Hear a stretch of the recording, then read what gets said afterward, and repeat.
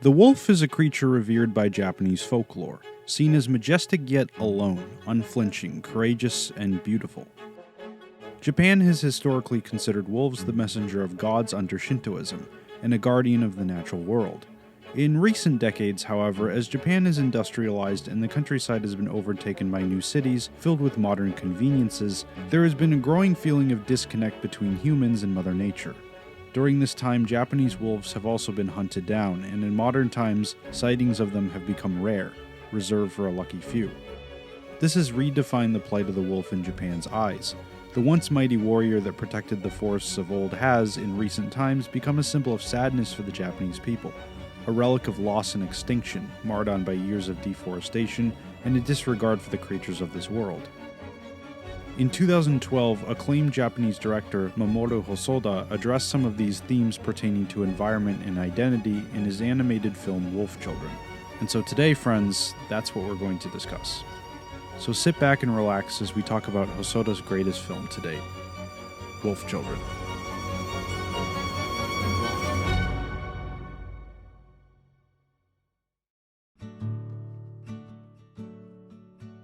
Wolf Children follows Hana, a young woman who falls in love with a quiet, thoughtful man, Okami.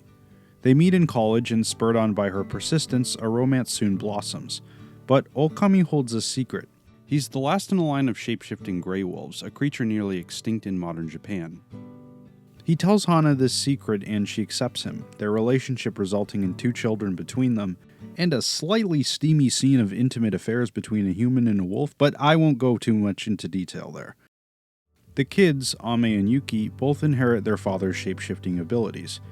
Now Yuki is the oldest, a defiant and fiery young girl with a rebellious personality and a free spirit who enjoys running around in her wolf form. Ame, on the other hand, is the foil, a quiet and thoughtful child who keeps his wolf side hidden out of fear of ostracization from society. He just wants to fit in, and Yuki just wants to be a wolf and doesn't necessarily care what others think. Now, Hosoda weaves a unique narrative structure into the story which helps to emphasize the passage of time as well as the instability of change and how it can be a constant force, picking up everything and making life completely unrecognizable. Within months, Hana goes from a normal college student without worry to a mother navigating a new life of responsibility. In truth, she could be any mother, having to constantly think of more than just herself, and performing one of the hardest jobs in the world, that of raising her 2 children. Meanwhile, Okami continues to hunt for food, but his trips into Tokyo as a stray animal are becoming more dangerous. He is a human out of conformity by day, but deep down Okami holds a deep reverence and connection with his wolf identity. As a result, instead of shopping for food as Hana or any normal human does, Okami goes out at night, turning into a wolf and finding the prey himself, just as his ancestors did. This is a very effective way of demonstrating the fine line between fitting in and accepting your true self, even if that side of you is something you feel you need to hide from others. Still, Okami does what he can to provide for Hana and his children, and for a short time, it works. Until one day, when everything changes. Okami doesn't return. Upon searching, Hana discovers him dead in his wolf form, fished out of a canal by garbage men. Despite her desperate pleas, the men throw the dead wolf in the compactor as they drive away, leaving her flooded in tears and devastation.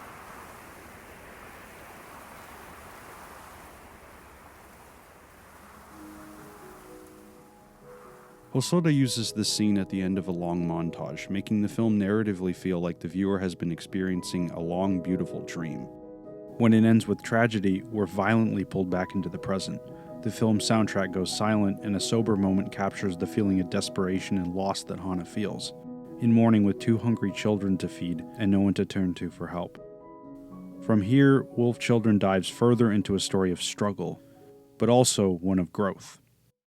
Hana's worries now shift to survival in Tokyo with 2 kids, who she tries to keep in check and feed.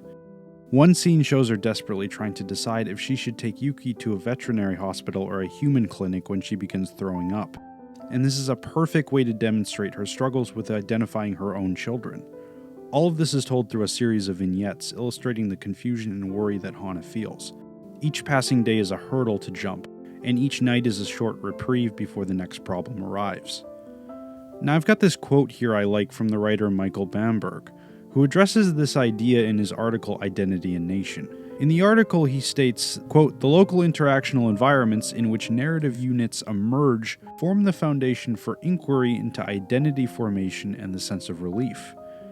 This theory is very prevalent in Hosoda's work as Hana struggles to raise her 2 children in Tokyo, and how this begins to shape who they will become. After a child caseworker threatens her and she's on the verge of eviction from her apartment, she takes Ame and Yuki outside and sits on a bench as they play.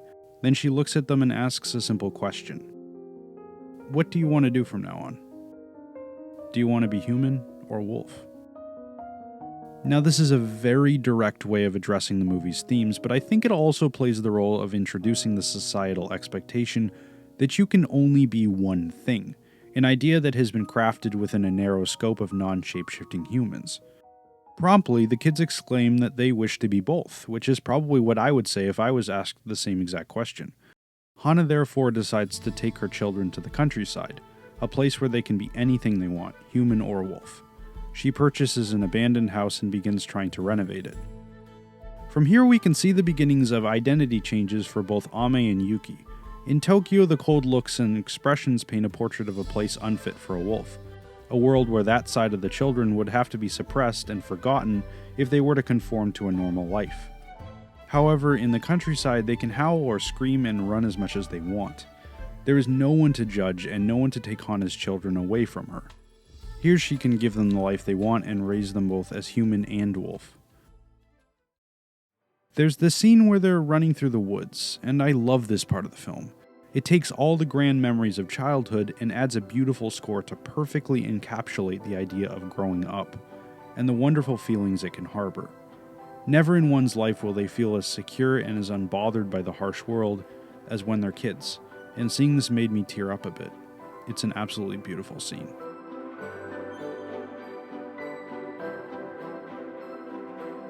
Now, Isao Takahata's 1994 film, Pompoko, tackles a similar concept, outlining the lives of shape-shifting raccoons forced to permanently take on human forms and join society when their forest is destroyed to make way for a new neighborhood development.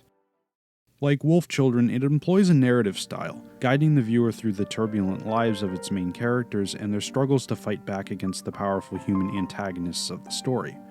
The direction of Pompoko makes it almost like a pseudo-documentary, and I like how this emphasizes the process of deforestation and documents the raccoons' responses to it as if it was really happening.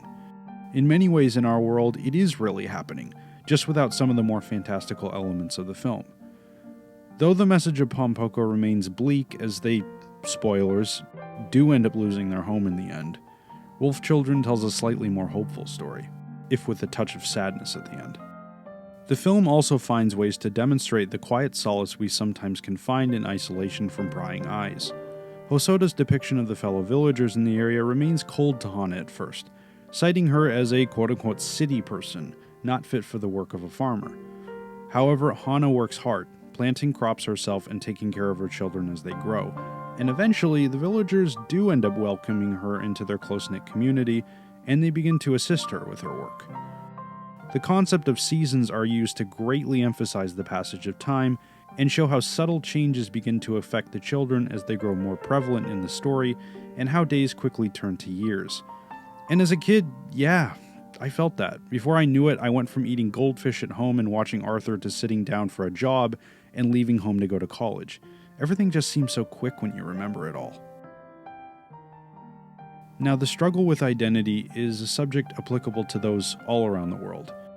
In my research for this video, I came across several sources, and as I continued to write, the more I realized how relevant this movie was in its depictions of disillusionment in identity. In Japan, for example, this feeling is held by many within their own historically ethnic classes, such as the Barakumin and Ainu people, who have suffered severely in terms of their treatment by the Japanese historically. This struggle has also evolved to greatly include the modern youth, who hold multi-ethnic ancestry and have been pressured within the Japanese system to embrace their Japanese persona, whilst covering up their own cultural backgrounds. According to a case study in 2002 that focused on descendants of Korea living in Japan, known as Zainichi, there were 630,000 ethnically Korean people living in Japan, over 90% of which attended Japanese public schools and the rest Korean language schools. The Korean-Japanese identity presents an interesting and very direct connection to the feelings of Ame and Yuki within the Wolf Children narrative, and the crisis that can emerge from such a dual nationality. Historically, those who were born to non-Japanese parents were considered Japanese nationals or aliens. This was mandated by the Japanese nationality law, which stated that a child must take their father's identity even if the mother was ethnically Japanese. The exclusion of minority youth across Japan created mass amounts of dysphoria, as well as contributed to many questions regarding Japan's view of other countries and their nationalistic post-war viewpoints. In 1985, however, Japan revised this law, giving the children of Japanese and non-Japanese parents the choice of registering as the nationality of their choosing. Thus, many half-Korean children opted for Japanese nationality, taking on a Japanese name and erasing their Korean identities in order to fit into society. This caused many controversies, and was largely seen as a losing proposition for Koreans in Japan proud of their heritage and family names. However, the question arose on what the minorities wanted more: to showcase their pride in ethnic identity or to fit in with Japan and avoid discrimination at the expense and partial erasure of their own culture. These questions and others have continued to be argued as Japan faces new waves of resident foreigners, and new minorities are continually forced to choose one national identity, thus officially relinquishing the other. This ties directly to the plight of Wolf Children's characters, living in two worlds of the human and the wolf, yet in many ways forced to conform to one or the other. Hosoda takes this fact and weaves it intricately into his narrative, depicting the growing identity crisis as the two kids grow. Yuki makes friends at school and gradually begins to hide her wolf side, becoming more human in her everyday life as she yearns to rejoin society. Meanwhile, Ame disdains school, becomes the subject of bullying, and falls victim to further isolation. He recalls books he read as a child, always depicting the wolf as a bad creature and killing them at the end of the story. In his state of loneliness, he finds familiarity and solace in being a wolf. Much like them, he feels like an outsider in the human world. Thus, as he grows older, he spends his days in the forest hunting and gathering like his father did with the fellow wildlife, while Yuki adapts to being a normal girl. Each one finds their path in life, though Hosoda leaves questions about where they will be in adulthood. And as for Hana, her life becomes about raising her children, getting a job, and living quietly as she tries to help Ame and Yuki along. It comes with difficulties, but in the end, she's able to raise them into individuals who have found comfort in themselves and their identities. And for her, well, that's enough. They're her whole world after all, and she only wants the best for them. But there is a certain irony to the character development, of course, considering how things turn out. For Yuki, who is proud to be a wolf and who was so rebellious in her youth, her quiet nature as she grows older shows a massive change in her character. By the end of the movie, she's much more like her mother Hana, an unassuming, thoughtful girl who's careful to let others find out about her. And for Ame, well, he becomes more stubborn and less easily influenced than his older sister, which is likely much more like his father, Okami. Hana finds it impossible to discipline her son, and in the end, she realizes she has to just stand aside and let her child live his own life, which Hosoda presents in a bittersweet montage of exchanges. Now, personally, I find a lot of Yuki's actions later in the film frustrating and selfish, as he ignores his mother constantly and his recklessness leads to her coming into harm's way. But in the end, I think he learns a lesson and comes to terms with the fact that he needs to protect her, as well as the creatures of the forest. Both are his home and both are his family. In the end, Ame and Yuki more or less come to terms with the great sacrifices their mother has made to raise them, and there's this undeniable sadness that hangs over the last few moments of the film. Hana sits alone with Okami's driver license in the big empty house, staring at it with a content expression on her face. It's just her now, and she smiles quietly to herself. "I did raise two good children after all," she says to Okami. In recent years, a movement has been growing in Japan among Korean youth. As previously mentioned, many have chosen to take on Japanese names and identities to officially be accepted into society. However, Koreans have not forgotten their cultural and family backgrounds, opting for a sense of flexible identity, a term researcher Taeyoung Kim uses in her case study on Korean identity. The term describes a person who is comfortable with both sides of themselves. In the case of the article, it equates to being Japanese in public, and Korean at home, and with good friends and family. The writer Bamberg, who I referenced earlier in the video, makes a similar point in his article, stating, quote, "Identity is able to transform itself and adapt to the challenges of growing cultural multiplicities in increasingly globalizing environments." Wolf Children depicts this sense of flexible identity strongly within its narrative. Yuki ends the film exposing herself as a wolf to a friend at school, indicating her desire to live as both. She's comfortable as a human, but has not forgotten her wolf's nature and will always be proud of it. But Ame, disillusioned by the reality of humanity, sees Japan's mythical reverence of wolves clash with the reality that people in the modern era do not care about wolves, and only a handful fight for their survival. He thus turns his back on people, on society, and with the exception of visiting his mother, stays in the forest and chooses his life as a wolf over a human. It is not known where things go from here or how Hana and her children brave the future. However, this is Hosoda turning the question back to us, the viewers, and readdressing that persistent idea of identity. Who do you want to be? Wolf Children is a masterpiece of film, weaving together an emotionally intelligent and heartfelt narrative that made me tear up at points and left me in silence at the end. This was a lot to process, but I can confidently say that all things considered, this is his magnum opus. It has such an amazing sense of understanding for the complicated world of identity and growing up, as well as motherhood, one which anyone can relate to. Thus, I believe it is absolutely worth watching and tells an amazing story of a mother and her life raising her two wolf children.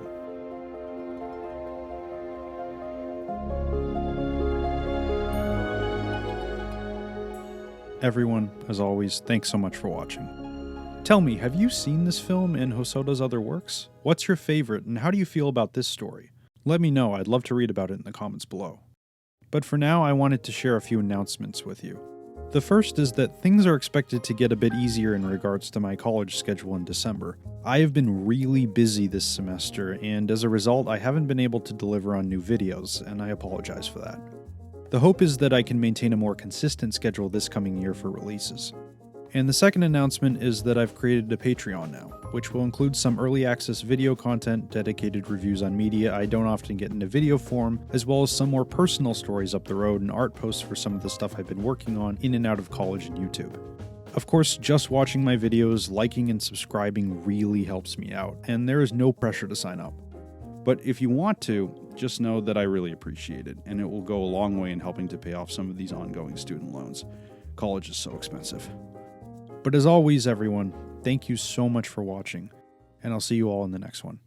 Take care.